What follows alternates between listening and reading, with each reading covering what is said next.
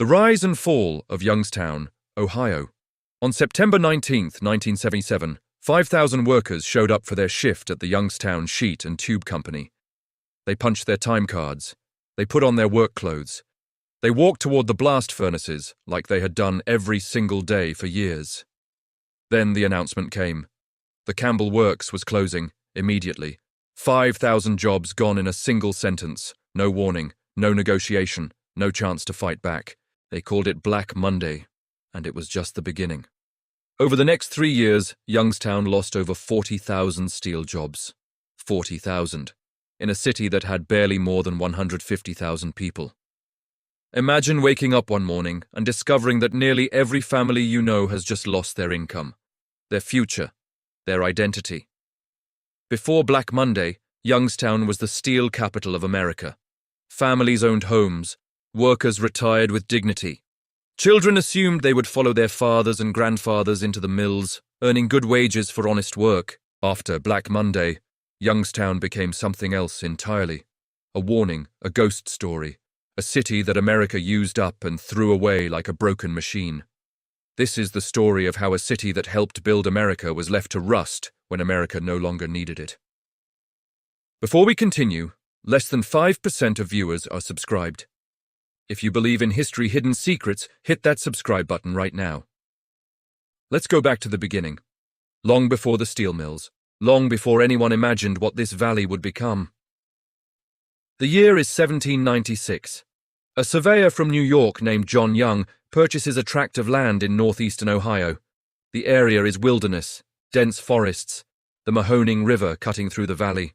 Native American tribes still live here. The Revolutionary War ended just 13 years ago. Young establishes a small settlement. People call it Youngstown after its founder. For the next few decades, it remains a tiny frontier community. Farmers, merchants, nothing special. Then someone discovers what's buried beneath the ground. Iron ore, coal, limestone, the three essential ingredients for making iron and steel, all located within miles of each other. The Mahoning Valley is sitting on a geological treasure chest. By the 1830s, the first iron furnaces are built. Primitive by later standards, but they work. Men dig ore from the earth, burn coal to heat the furnaces, and produce iron that gets shipped to growing cities across America. The Civil War accelerates everything. The Union Army needs weapons, cannons, ammunition, railroad tracks. Iron production in the Mahoning Valley explodes to meet military demand. After the war, the railroads keep expanding. Cities keep growing. Bridges span rivers. Buildings rise higher. And all of it requires steel.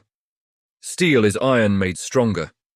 The process was revolutionized in the late 1800s, and suddenly steel became the most important material in the world. Stronger than iron. More versatile. Perfect for the industrial age America was building, Youngstown was perfectly positioned. The raw materials were there. The railroad connections were there. The workers were willing to come. And they came by the thousands. Immigrants from Wales brought their ironworking expertise. They were followed by Irish workers escaping famine. Then came Italians, Slovaks, Poles, Hungarians, Greeks, Croatians. Black Americans fled north during the Great Migration, seeking steel mill jobs and escape from Jim Crow. By 1920, Youngstown had become a boomtown. Steel companies dominated the Mahoning Valley. Republic Steel, Youngstown Sheet and Tube, U.S. Steel operations. The mills ran 24 hours a day, 7 days a week. The night sky glowed orange from the furnaces. The work was brutal.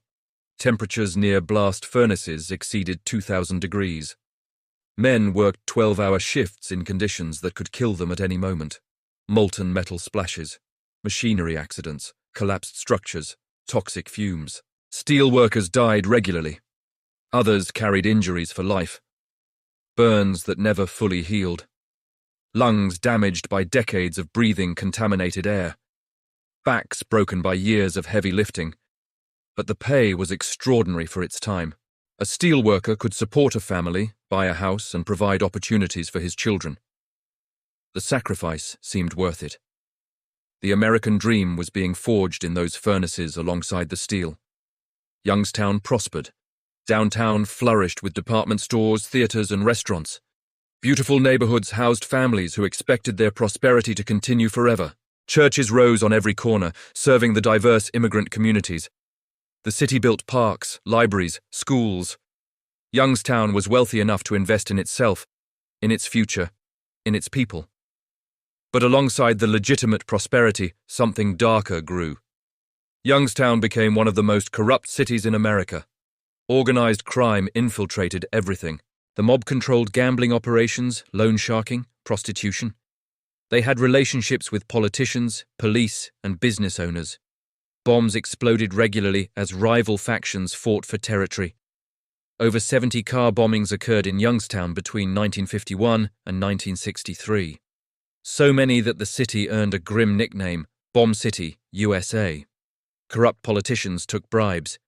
Corrupt police looked the other way. Corrupt judges dismissed cases against connected defendants. The system was rotten from the inside. For decades, people accepted it. The steel mills were running. Paychecks were clearing. The corruption was just the cost of doing business in a city where money flowed freely. Nobody thought about what would happen when the money stopped. The warning signs appeared in the 1960s. American steel companies were falling behind. They'd grown complacent. They hadn't invested in new technology. They hadn't improved efficiency. They assumed demand would continue forever. It didn't. Japanese steel companies had rebuilt their entire industry after World War II with the most modern equipment available. They could produce steel cheaper and often better than American mills using equipment from the 1920s. German steel was competing. South Korean steel was coming. The global marketplace was changing, and American steel companies refused to adapt. The owners didn't invest profits back into the mills. They didn't modernize. They took their money and ran, diversifying into other businesses, leaving the steel operations to slowly decay. Meanwhile, steel workers kept showing up. They maintained production. They took pride in their work. They trusted that the companies would protect them. That trust was about to be shattered. September 19th, 1977. Black Monday. The announcement came from Youngstown Sheet and Tube. The Campbell Works was closing immediately. 5,000 workers would lose their jobs. No severance, no retraining. Nothing but a pink slip and a handshake. People were stunned. This wasn't supposed to happen. Steel was Youngstown. Youngstown was steel. How could they just close down? Workers organized protests. Community leaders demanded answers. Religious leaders formed coalitions. A movement called Save Our Valley tried desperately to keep the mills open or find new owners. But the decisions were made in corporate boardrooms hundreds of miles away. The people of Youngstown had no power. They never had. They only thought they did. Over the next 3 years, mill after mill closed. Republic Steel cut thousands. US Steel followed. The entire industry collapsed like a house of cards.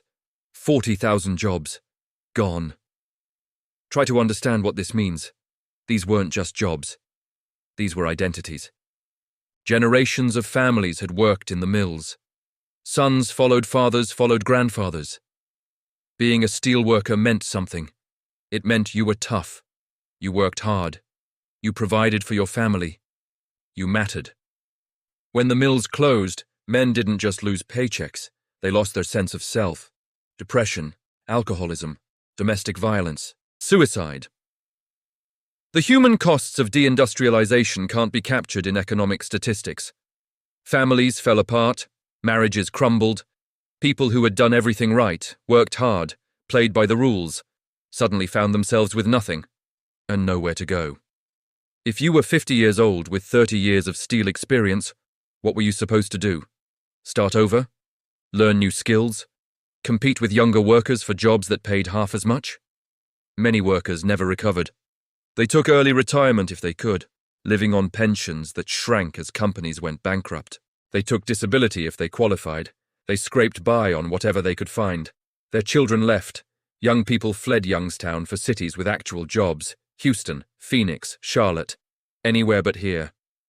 The population collapse was staggering. Youngstown dropped from over 160,000 people to under 60,000. More than 2/3 of the city simply vanished over the following decades. Abandoned neighborhoods spread like a disease. Houses where families had lived for generations stood empty. Then they were vandalized. Then they burned. Then they collapsed into themselves, swallowed by vegetation. The tax base evaporated. The city couldn't maintain basic services. Schools closed. Streetlights went dark. Police and fire departments were cut to dangerous levels. Crime exploded. When legitimate opportunities disappear, illegitimate ones fill the vacuum. Drug trafficking, property crime, violence. Youngstown consistently ranked among the most dangerous cities in America. The mob influence that had always lurked beneath the surface became even more visible. With legitimate business declining, organized crime became a larger part of what remained. Politicians continued being corrupt. In 2002, Congressman Jim Traficant was expelled from Congress and sent to prison for bribery and racketeering. The same year, former Sheriff Phil Chance was convicted on 82 corruption charges. The rot went deep. Decades of corruption had hollowed out institutions that might have helped the city adapt and survive. But Youngstown's story isn't just local. It's national. What happened here happened across the industrial Midwest. Gary, Indiana, Flint, Michigan, Cleveland, Pittsburgh, city after city that had built America's industrial might found themselves abandoned when that might was no longer profitable. Economists call it deindustrialization. Politicians call it the decline of manufacturing. Workers call it betrayal. The steel companies took everything from Youngstown: the labor of generations, the health of workers, the natural resources, the wealth. And when there was nothing left to take, they walked away. No corporate executive went to prison. No shareholder faced consequences. The people who made the decisions that destroyed Youngstown retired wealthy, lived comfortably, and died of old age. The workers died too, earlier than they should have, of diseases caused by workplace exposure, of despair caused by losing everything they'd worked for. This is what people mean when they talk about the American dream dying. Not that ambition disappeared. Not that hard work became pointless, but that the promise was broken. The social contract that said if you worked hard and played by the rules, you would be rewarded. Youngstown's workers played by the rules. They showed up every day. They risked their lives in those mills. They built the steel that built America. America didn't return the favor. So where is Youngstown today? Is there hope? Is there a future? The honest answer is complicated.